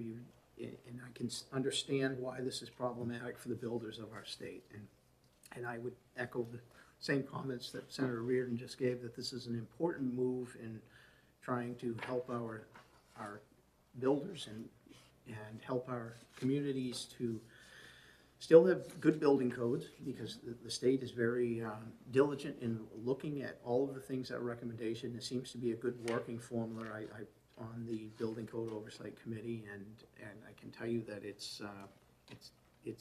these are well vetted, and I think they are in general good policies for the state. I certainly respect the comments of Senator Altshuler, and I agree in certain cases there could be times where maybe there's a different path for a community, but I also have seen where that could be problematic in a community, using that in a sense of controlling development only to a certain direction. And so I think I'm going to support this bill in the manner that it is, with the understanding that we do have this overarching housing crisis, and we really need to do something to try and help resolve that. And so for those reasons, I will support the bill. Do we have further discussion from the committee? All right. Seeing none, all those in favor? Aye. Aye. Any opposed? Nay. So the vote is 4-1. We can, under the new Senate rules, we can still put this on consent if you Yeah, I'm agree not to. gonna fight you, no. Okay, Yeah. so the Go for it. consent would be okay. So Yeah. we have moved consent. Do we have a second? Second. I move consent, and Senator Reardon seconds. All in favor? Aye. Aye. Senator Reardon, do you want to take this one out? Sure. All right.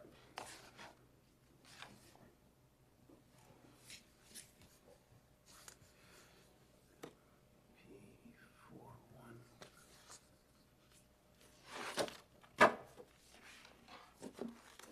do like this new rule of consent. Okay, Senate Bill 95, we need to hold. I did cover this earlier. Senator McConkey is working with the camps and the fire marshals. He's close to having the correct language, but they just were having trouble getting together and getting the last wrinkle ironed out. So I have asked that they have an amendment ready for next week. Senate Bill 179. We just did. No, 179. We did that. We did that one? Yeah, you, ought to pass 3-0 on consent, It's the. and you're taking it up. Okay, so I guess I missed that note.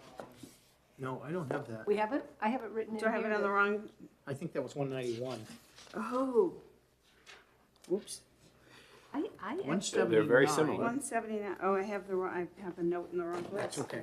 So do I. 179 is. Because I gave it to you. Oh, never mind. Yeah. Yeah. That Don't one, how listen to that would me. work? Yeah, yeah, Be careful of your sources. I know, right? I know. Oh, that's, Oh, right. Okay. 179 is the one you were working with some language on, or you had said you would work on this. I have a note with Jack Ruderman from the housing, and there was a small amendment needed. Yeah, And they wanted to may add I New have Hampshire another Housing week? as the co-lead, and May I have another week? You may. Yeah, thank you very much. On 179? 179 we will hold. Okay.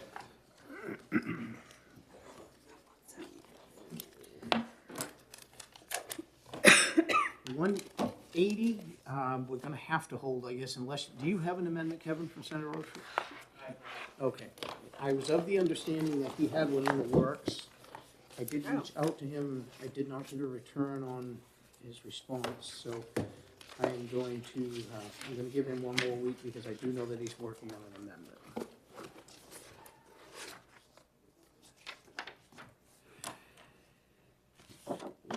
181 is the next one I have opened. 181, we need the vaping amendment in there. Yes, Do we so, yes, have an OTP question mark on that? yes. Was there an amendment? Oh, yeah, vaping, that's right. Okay, Are we supposed to have that? are we ready? Can we do that as a committee amendment? Yes. Okay, so you want to move this? I move on to pass All right, do we have a on second? 181. Second. All right. And Senator Walsh-Shirley, you want to discuss a committee amendment? Yeah, so I had some questions about Part 2, Section 1, and had an extensive conversation with the firefighters over the weekend, which Page is that? clarified. I'm sorry, I'm struggling to find that. Go to this, Oh, it's right in the beginning. yeah, the first page. Can I go right by it? Oh, Part 2, I'm sorry, I Yeah, missed it. I had this all Yes. circled out. And actually, we went through it very comprehensively, and I understand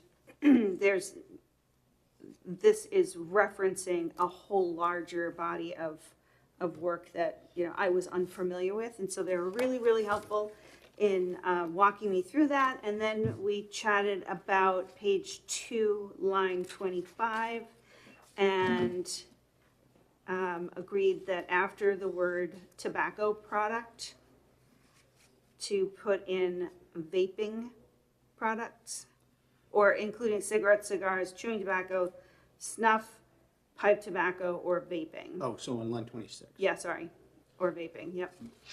Okay. Or vape, so that would be Vape, comma yep. or vaping. Yeah, well, get rid of the or, and then put comma, Oh. or vaping, yeah. Thank you. So, if I read this correctly, 4 or more times a week, or pipe tobacco 4 or more times a week. So you can smoke a pipe 3 times a week. 3 times a week and still be considered living a tobacco-free lifestyle? So you can't have done any of those things within the past 6 months, is the line right above it. Okay, so A tobacco-free lifestyle means you have not, within the past 6 months, used any tobacco done product? any of those activities. Prior to the 6 months, you were, Could have been doing it every day. Hang on. For purposes of this section, No, I think if the way I read it. I didn't catch this. The way I read it, you could have smoked a pipe 3 times a week. You can in the past continue 6 to months. smoke a pipe. Yes. That's a carve-out. Yes. no, it's Got- not continue. It's for the purposes of this section, a person lives a tobacco-free lifestyle if he or she has not within the past 6 months. Yeah. Used any tobacco Right. products 4 or Including- more times in a week. Yeah. So they're Okay, so they, allowed- so they it doesn't qualify allow pipe. you- Doesn't allow you to do it going forward. Okay, so they disqualify tobacco, pipe smoking with the 4 or more. That's the only qualified one, I agree. So pipe smoking is right out in its entirety, in its entirety moving forward. I'm sorry, what? I- I don't understand. There's no carve out for any tobacco product, once you certify you're tobacco free. Right. Unless you use it for Yeah, religious or or- ceremonial yeah, yeah. purposes, yeah. Okay. I'm just making sure that you can't continue to smoke a pipe I 3 don't know times a why they week. put the 4 or more times a week in there. I'm just making sure that it's, for purpose of this section, the reference above, that it doesn't allow you to smoke, because smoking a pipe 3 times a week is carcinogenic. No question. So we're So I'm putting, just making sure I'm reading that. I've got the. me too. So we're putting the comma after tobacco too. and then or vaping? I think it's Am I correct in that? Get rid of the or. That's a comma, pipe tobacco or vaping, Okay. just to make grammatically Let me correct. just read this. So Kevin, are you clear on this? Yeah, we should. That's what I'm saying. Let me just read. I gotta read this. Before pipe tobacco, after pipe tobacco, comma, or vaping. So we'll read chewing tobacco, snuff, pipe tobacco, or vaping 4 or more times a week. Everybody okay? There's no 4 more times a week. I think that- No, it's gotta go. If I'm reading it correctly. I think that's gotta go. It's gotta go, because it, even worse. If anything, it's confusing. I mean, even if we did decide what it said, I think it's confusing. Yeah, and looking at the way it's I formatted, am not it's current comfortable law. taking that out without discussing this with the firefighters, Yeah. because you're changing in the definition that is used elsewhere.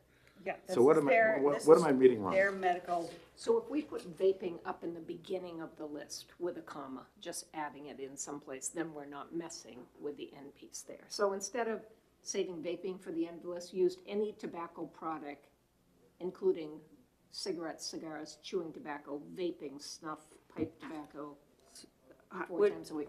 so Then we just don't to be mess with- correct, within the past 6 months, use any tobacco or vaping product. Does that put it in the No. right spot? There you Totally go. does. There you go. So what am I missing? There Because you that is go. current law. I mean, It is it's current definitely, it's not bolded, it's not crossed out. Right. It's not- Right. So, I am not comfortable jumping into that conversation of that 4 or more times a week, because I do know that that is something that they use in other areas.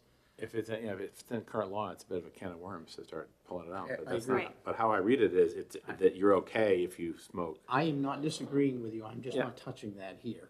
So we're gonna move it to tobacco or vaping product. Is that, Yes. everyone agreeable with that? Yes. Okay. Kevin, are you now clear on that, and leave the other or where it was and? Yes, nothing else changed. Yes. Just added or vaping. on the floor part. Okay. Is there further discussion or amendments that, or language changes that we want to put into this amendment? Can we get the answer on this? Do you want to hold this and have another week? Yeah. Okay. I am fine with that because I do understand your confusion. I'm just not gonna touch it without having a discussion. All right, are you agreeable to pull back your motion and give them a week to answer that question? Oh, Senator Olson? yeah, sure. I don't know who seconded it, I don't recall, but, I withdraw my motion. all right. And whoever seconded, are you willing to withdraw? Okay, I'll get that. all right, then let's hold this and we'll look forward to an update from one of you. This, that was 181. I do understand the confusion and I agree with you. Okay, let's see. I would like to hold your 183 right this minute and have a further conversation 183. after Oh. on the Peace Development Authority. I have a couple of thoughts, and I'm sorry, which one? 183, the one we heard today, Peace Yeah. Development Authority. Yeah. So I'd like to have an opportunity to look at that a little bit further, yes. Okay, 185, we need to hold right now. There's continued discussion on that. 187, we've already done. That was before you got back, and I'm not sure, Senator Reardon, I don't think you were here either. Didn't we do that? I don't Oh, think no, we I'm did sorry. that. Nope. I'm sorry, I That's my got bill. 2 re-refers. 187. Are we ready to do that one? I have some feelings about that one. I understand you do. You and I have had a discussion about my thoughts on it as well. And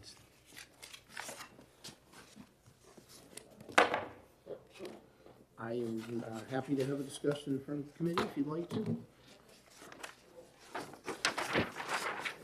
For the purposes of opening a discussion, I will make a motion to re-refer. Do we have a second? Sure. All right. Senator Reardon, I would welcome your discussion. I have reviewed both of the dental hygiene compacts, listened to the testimony, and ultimately, I will say that I am so incredibly disappointed that a group of professionals can't come to some agreement on this. I think we can re-refer it, and we'll be at the exact same place next year, doing this exact same conversation that we're having, or in the new session the following year here. I personally would push it through and then do amendments afterwards.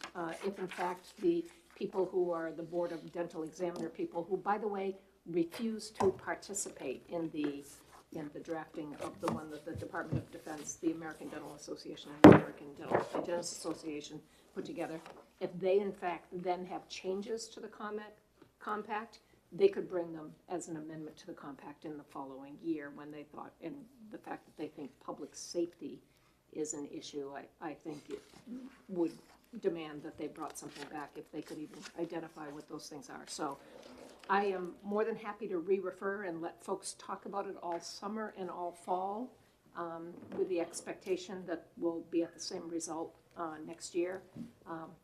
My preference would be to ought to pass and let it be modified in the future. So my understanding of compact language is every state has to adopt the exact same language.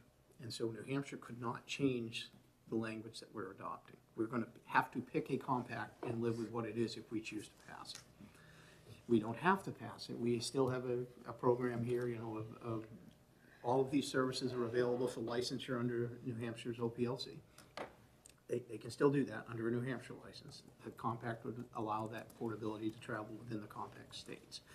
So, but my understanding, and Director Juris, if I'm misspeaking, please jump up and correct me, but my understanding with compacts is every state has to pass the exact same language in order for the compact to be recognized. Do I have a nod, or do you want to correct me? The answer is sort of.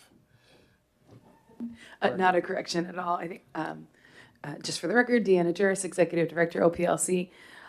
Just to clarify, so the language of the compact, there is a drafting that occurs within the first number of states who adopt it. New Hampshire would not be in would not have been in that initial piece, the initial drafting stage, as we are.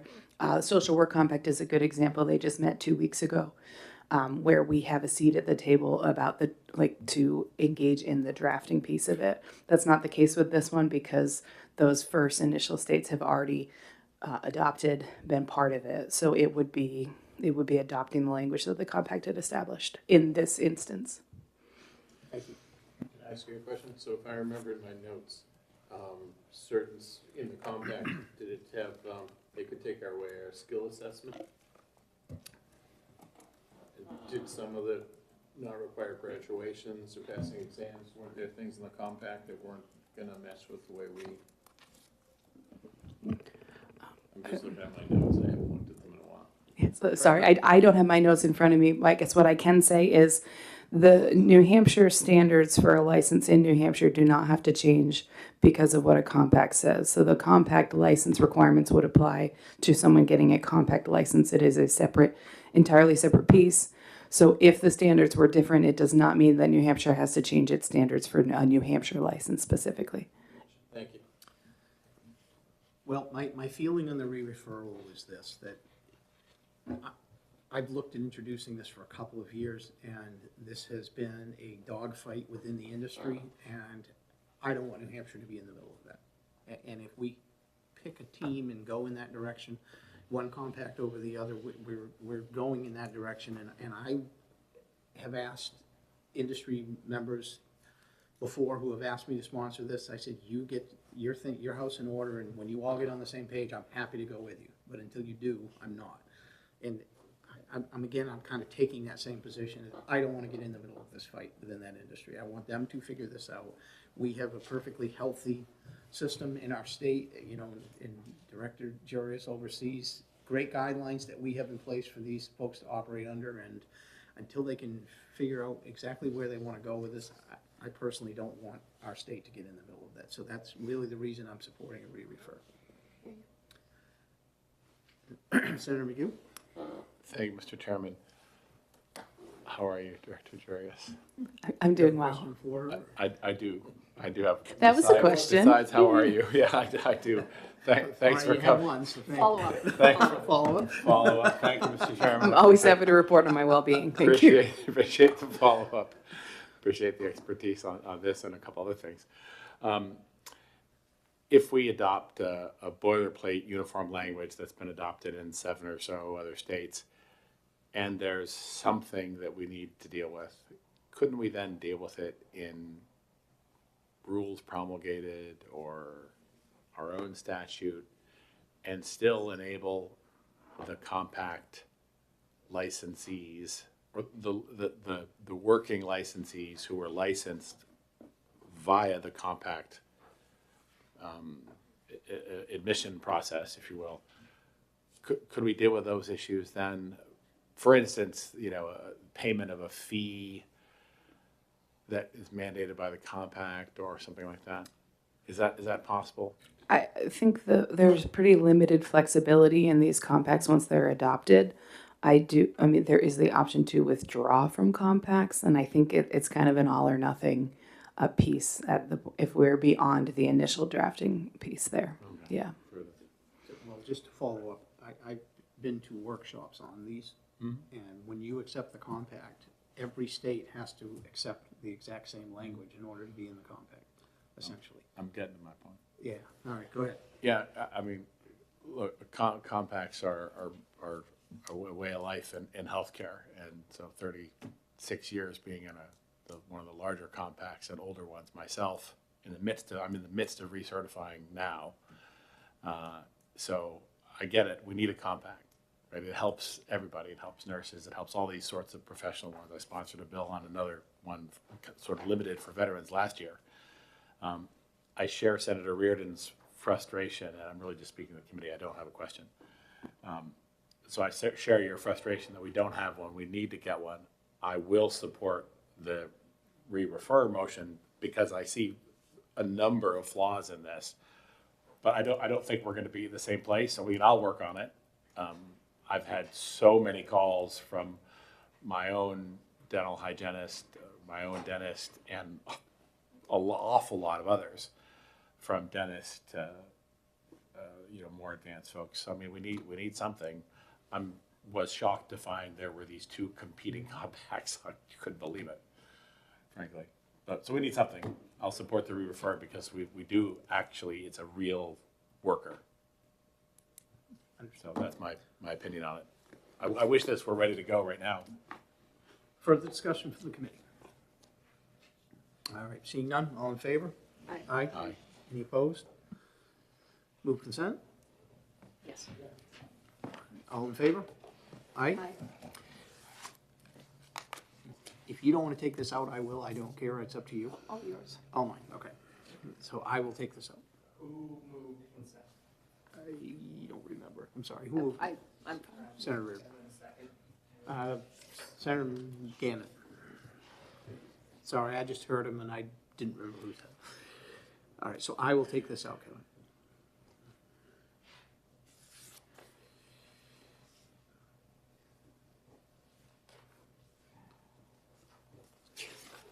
Okay, we've done 191, we've done 193, we've done 197. Wait, we did 197? Yes, I think that's the one we had the, I just didn't put it. I didn't. I don't. I think that's the one you put on the other bill by mistake. 197, we did OTP Oh, okay. 30, and I'm It's taking it out. OTP. Yeah. I have to look at my notes on 199, because I have a question mark here, and 191 is done. We did some while you, yes, we did OTP 30 to re-refer, that's my bill later today. Yeah, I'm sorry, re-refer 3, OTP, re-refer 30. 193, we did OTP 21, Senator Gannon is taking that out.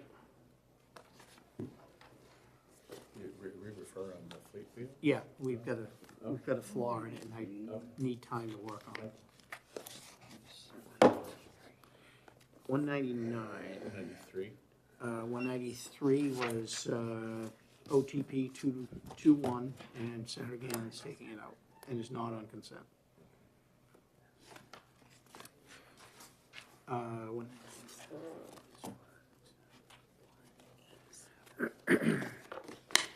have a question on this bill because you don't know. I'm sorry, what number are you? 199.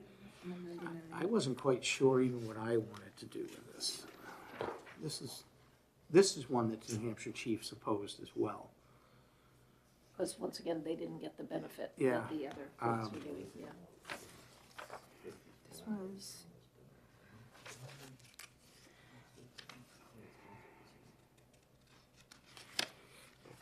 What's the will of the committee on this? We can have a little discussion before we make a motion. How does everybody feel about this? Well, it's more immediate. What we just did with loan forgiveness is, that's, I think that falls into the retention. This is on the recruitment. Mm-hmm. So if we're gonna do recruitment and retention, this would be a good bookend. I think to be consistent, we Again, should put this on the wish list. again, this is exactly going to go as a policy position that we feel like this is a good idea, that we do a retention program, and, this is Send something it to that's there. finance. And send it to finance. Somebody want to make a motion? Move on to pass. Moved and seconded, discussion on the bill? I think We just did. I think we've had some good discussion in the Yeah. beginning, which is fine, and I think that, I certainly, we all support our state troopers, and we understand the problem. We support all of our law enforcement, and, again, this is gonna go to finance and be placed on the table, and, whether we fund it or not is gonna be questionable. So, further discussion? Seeing none, all in favor? Aye. Any opposed? Move consent.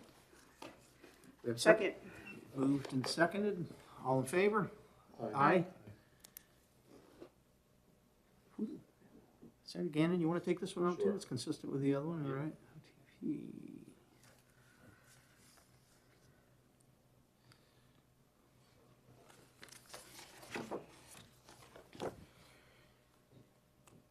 The last bill that I have is 286.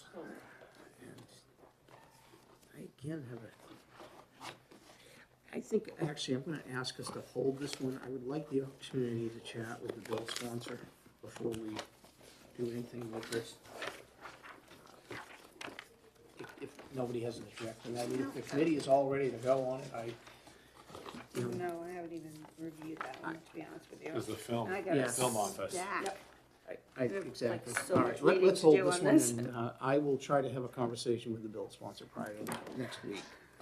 We've given Kevin an awful lot of work as it is. How many bills did we move through today, do you know? Do you have a count?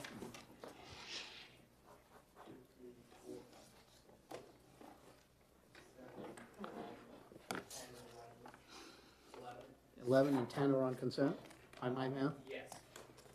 Great job. Any further discussion the committee wants to have before we go out of exec session? Seeing none, I would entertain a motion. Move to go out of exec. Second. Moved and seconded, all in favor? Aye. Well, I will commend you all. We have now heard all of our FMs. Yay. as- At least as what we have assigned right now. There is a late bill filing open next Tuesday. Whether that will, I am certain that will get us more bills, because I happen to know two of them that are going to very likely come to us that I'm filing. So chances are we will be adding a little bit more on. The ones I'm adding are technical corrections, they're not major, so, but I don't know what anybody else is going to add, so. Did you do the LNA? All set. Yeah, we did it before you got. You did it earlier. Yeah, we had an opening and Dee was here, so I grabbed her. It's done. It's on consent 4-0. I have one question. if you have Yes. a minute. When we did the building code bill, I had a brief conversation with you about whether we were allowed to send bills to the Yes, subcommittee on you housing. did, and I asked, and we are not, because that is a special committee, that is a subcommittee of commerce. Gotcha. And Thank so you. I did ask, I did ask Not Senator okay. Carson if we were able to ask for bills to be referred to that, and the answer was no. Cool, thank you. All right, thank you for reminding me, I meant to discuss that with you. Any further discussion? All right, seeing none, we are done for today, and I thank you all for your diligent service, and look forward to, I'll be scheduling for next week, we'll have more hearings. See you then. All right. Thank you.